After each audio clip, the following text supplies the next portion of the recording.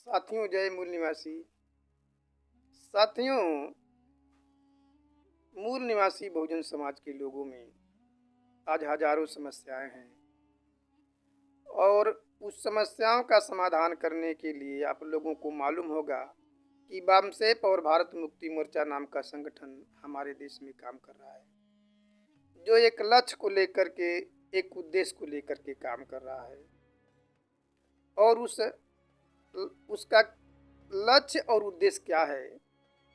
उसका लक्ष्य और उद्देश्य व्यवस्था परिवर्तन है। हमारे देश में दो प्रकार की व्यवस्थाएं काम कर रही है। पहला सामाजिक व्यवस्था और दूसरा शासन और प्रशासन व्यवस्था।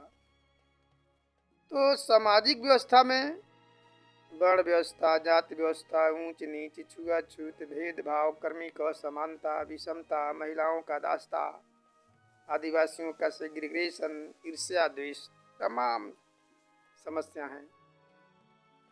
और ये जो राजनैतिक यानी जो है कि शासन प्रशासन की समस्या है, जो सामाजिक समस्या है और प्रशासनिक समस्या है, तो प्रशासन में क्या आता है?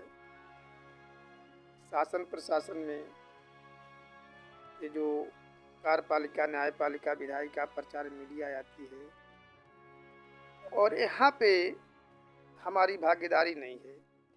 हम लोग भागीदारी चाहते हैं, लेकिन यहाँ पे हमारी भागीदारी नहीं है।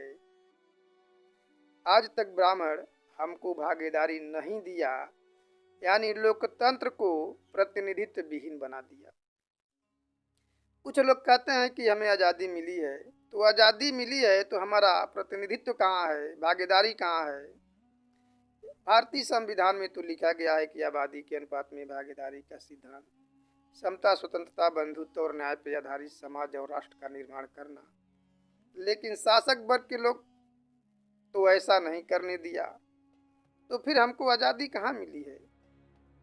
दोस्तों, ब्राह्मणों ने हमारे सामने राष्ट्रव्यापी समस्या पैदा कर दिया है। और जब राष्ट्रव्यापी समस्या पैदा कर दिया है, तो समस्या को समाधान करने के लिए राष्ट्रव्यापी संगठन भी होना चाहिए। और ब्राह्मणों ने हमारे ऊपर समस्या पैदा करने के लिए राष्ट्रव्यापी संगठन तैयार किया और एक दो नहीं 100 संगठन तैयार किया है कि मूल निवासी बहुजन समाज के लोगों में समस्या पैदा कर दिया जाए, ताकि वो लोग अपनी समस्या का समाधान न करने पाए। तो यदि उसके समानांतर हम लोग संगठन बनाते हैं, जैसा कि बना भी दिया गया है, बामसेप और भारत मुक्ति मोर्चा अपना लगभग 70 संगठन बना चुका है, तो जब तक हम उसके समानांतर संगठन नहीं बनाएंगे तो हमारी समस्या का समाधान नहीं होगा।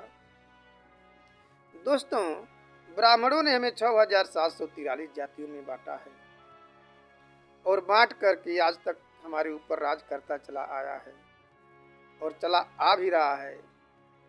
तो हमें भी उसके खिलाफ 100 संगठन तैयार करना होगा और उसमें जो हमारे लोग काम कर रहे हैं, जो उसका 100 संगठन है हमारे दुश्मन का, उसमें हमारे ही लोग काम कर रहे हैं और हमारे लोग ही ब्राह्मणों को मजबूत कर रहे हैं, अपने सर पे बैठा रहे हैं, शासन सत्ता में बैठा रहे हैं और हमारी गुलामी को हमारे ही लोग मजबूत कर रहे हैं। तो चूंकि उनके अंदर जानकारी की अभाव है, इसीलिए बामसेप भारत मुक्ति मोर्चा ने अपने लोगों का, अपने महापुरुषों की विचारधारा को जो दुश्मनों के खेमे में गए हैं उनके दिमाग में डाला जा रहा है, चाहे किसी भी माध्यम से। फिर वहाँ से तोड़ करके अपने महापुरुषों की विचारधारा को उनके दिमाग में डालना होगा, तभी सही मायने में जो है कि व्यवस्था परिवर्तन हो सकता है। दोस्तों, 6743 जातियाँ हैं। जितनी जातियाँ हैं उतनी सभ्यता है, उनकी उतनी विचारधाराएं हैं। हालांकि सभी जातियों को एक जगह तो लाना उतना आसान काम नहीं है, क्योंकि उन लोगों की अलग अलग विचारधाराएं होती है। तो उन लोगों का जो विचार है, उसको विचारधारा में अगर परिवर्तन कर दिया जाए तो ये लोग आ सकते हैं और आएंगे भी। कोशिश किया जा रहा है, भरपूर वाम से भारत मुक्ति मोर्चा कोशिश कर रही है। तो हमें अब ज़्यादा घबराने की आवश्यकता नहीं है। दिन नज़दीक है कि हम लोगों का भी शासन सत्ता इस देश में आएगा और हमारी भी समस्या का समाधान होगा। हम भी इस देश के शासक बनेंगे, हुक्मरान बनेंगे। जैसा कि बाबा साहब कहे थे कि जाकर के दीवारों पर लिख दो कि तुम लोग इस देश के शासक हो। तो उस ओर जो है कि कदम हमारे लोग उठा लिए हैं चलने के लिए, और ज़्यादा नहीं तो कुछ तो जरूर चल रहे हैं, क्योंकि समाज को इतना निचोड़ दिया गया है कि जल्दी ये लोग आंदोलन के लिए खड़ा नहीं हो पाते हैं। लेकिन जो विचारधारा है हमारे महापुरुषों का एक बहुत बड़ा विरासत है, अपनी संपत्ति है, दौलत है। जब वो संपत्ति रहेगी तो पैसा रूपी दौलत भी कम पड़ जाएगी वो विचारधारा के आगे। हमारे लोग जा भी रहे हैं। साथियों, आप लोग जानते होंगे कि जो 6,743 जातियों में ब्राह्मण मूल निवासियों को बांटा है, उनको जुड़ना तो आसान काम नहीं है, कठिन तो है ही है। लेकिन अगर उनको समझाया जाए कि हमारा और आपका खानदान एक ही है, हम लोग एक ही खून के हैं, हम लोग एक ही वंश के हैं, हमारी भी समस्या राष्ट्रव्यापी है, तुम्हारी भी समस्या राष्ट्रव्यापी है, तो हमें राष्ट्रव्यापी संगठन तैयार करना होगा। और राष्ट्रव्यापी जब संगठन तैयार हो जाएगा तो हम फिर आज़ादी के लिए लड़ाई लड़ेंगे और लड़ाई लड़ करके अपने हक अधिकार को ले लेंगे और शासन प्रशासन में हम खुद बैठ जाएंगे। जब हमारे लोग बैठेंगे तभी तो जाति आधारित जनगणना कराएंगे, और जाति आधारित जनगणना करा करके तभी तो शासन प्रशासन में भागीदारी देंगे, तभी तो लोकतंत्र को प्रतिनिधित्व किया जा सकता है। जो ब्राह्मण आज हम लोगों को प्रतिनिधित्व विहीन लोकतंत्र का निर्माण कर दिया है, तो हमको अपने प्रतिनिधित्व अपने लोगों में पैदा करना होगा। देखिए, लोकतंत्र का मतलब ये नहीं होता है कि लाइन में लग करके वोट डाल देना, ये लोकतंत्र नहीं होता। लोकतंत्र उसके बाद शुरू होता है, हर जगह आबादी के अनुपात में भागीदारी देना, वही लोकतंत्र है। बाकी ये जो है बिजली, पानी, सड़क, शिक्षा, स्वास्थ्य, सुरक्षा, ये तो आम बात है। इसका अक्सर नेता लोग मुद्दा यही उठाते हैं कि रोटी, कपड़ा, मकान, बिजली, पानी, सड़क, शिक्षा, स्वास्थ्य, सुरक्षा, ये सब तो बहुत आम बात है। जब तक जो है कि हमको भागीदारी नहीं मिलेगी तो इसका कोई मतलब नहीं है। लोकतंत्र का मतलब ही है कि आबादी के अनुपात में भागीदारी का सिद्धांत, समता, स्वतंत्रता, बंधुत्व और न्याय पर आधारित समाज और राष्ट्र का निर्माण करना, जो कि तथागत गौतम बुद्धा से लेकर के कबीर दास, बाबा साहब डॉक्टर अम्बेडकर, अब मानवर बामन मिश्राम और भारतीय संविधान के प्रियम्बल में भी लिखा गया है। तो इस आधार पे हमें काम करना होगा। समतामूलक समाज बनाने के लिए हम सभी लोगों को आपस में भाईचारा पैदा करना होगा, और पैदा करके तब जा कर के हम संघर्ष करके शासन सत्ता में आ सकते हैं, अपना प्रतिनिधि भेज सकते हैं और अपनी समस्याओं का समाधान करा सकते हैं। तो इसके लिए दोस्तों आप लोग साथ सहयोग करिए। वाम से भारत मुक्ति मोर्चा का छोटा छोटा संगठन मत बनाइए।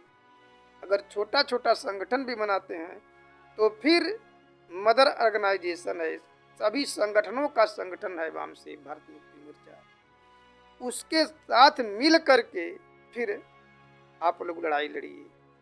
छोटे छोटे बहुत संगठन है, लाखों संगठन होगा बहुजनों का, और हम लोग इसीलिए मट जाते हैं, उसी में से निकल करके अलग अलग पार्टी बना लेते हैं। हम बहुजन की बात तो करते हैं लेकिन खुद हम लोग अल्पजन हो जाते हैं, छोट छोट संगठन बना लेते हैं, छोट छोट पार्टियां बना लेते हैं, फिर बहुजन से अल्पजन में हो जाते हैं।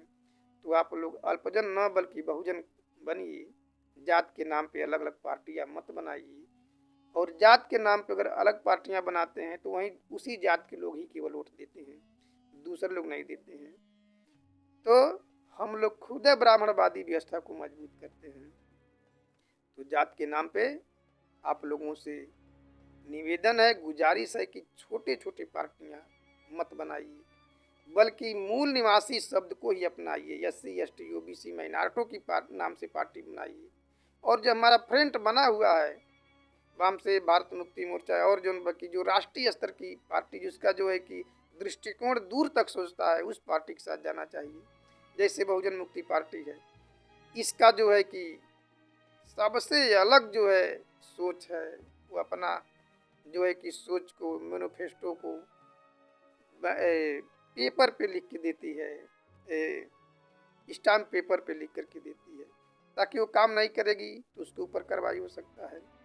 इस तरह से अपने भेदभाव को भुला करके सभी छोटे छोटे पार्टियों को एक जगह आना चाहिए। अगर मान लीजिए 2-4 सांसद आप लोग जिता ही लेंगे, छोटी जात के नाम पे पार्टी बना करके सांसद चाहे विधायक, तो फिर वो बिकने ही वाले हैं। शासन सत्ता में जा करके 5 साल कुर्सी से चिपके रहेंगे। फिर जिस उद्देश्य को लेकर के वो चुनाव लड़े थे वो फेल हो जाएगा, दुश्मन के साथ मिल जाएंगे, विरोधी के साथ मिल जाएंगे, आपका वैल्यू क्या रहेगा। यानी 2-4 मिल जाता है विधायक चाहे सांसद बन जाते हैं तो बिकने वाला ही होता है, उसका सिद्धांत कोई नहीं रहता, उसका विचारधारा कोई नहीं रहता है, उसका खत्म हो जाता है विचारधारा। और दुश्मन यही करता है कि छोटे छोटे पार्टियों से संगठन बना करके समझौता करके 1-2-4 सीट जीता लेता है, और उसका जो सुप्रीमो होता है वो उसका दलाल बन जाता है, वो दलाल बन के अपने समाज को बेच देता है। अब छोटे हम नाम नहीं रखना चाहते हैं, छोटे छोटे पार्टियां उत्तर प्रदेश में है, देख लीजिए, ये सब 2-4 गो जिता करके फिर अपने समाज को बेच देते हैं, दलाली करते हैं। तो ये तो जो है कि किसी व्यक्ति का जो है कि थोड़ा बहुत सुधार हो सकता है, लेकिन समाज का सुधार नहीं हो सकता है। समाज को आज़ादी नहीं मिल सकती। हाँ, अपना जेब भर सकता है कमा करके, कुछ अपना जीवन सुधार सकता है, लेकिन अपने समाज के अगर पीछे ताकेगा तो बहुत पीछे दूर दिखाई देंगे सब। तो इस चीज़ से अगर बचा जाए तो हमारे देश में बहुजनों का शासन आ सकता है। तो दोस्तों, आप लोगों ने हमारी बात को ध्यानपूर्वक सुना, उसके लिए धन्यवाद। जय मूल निवासी।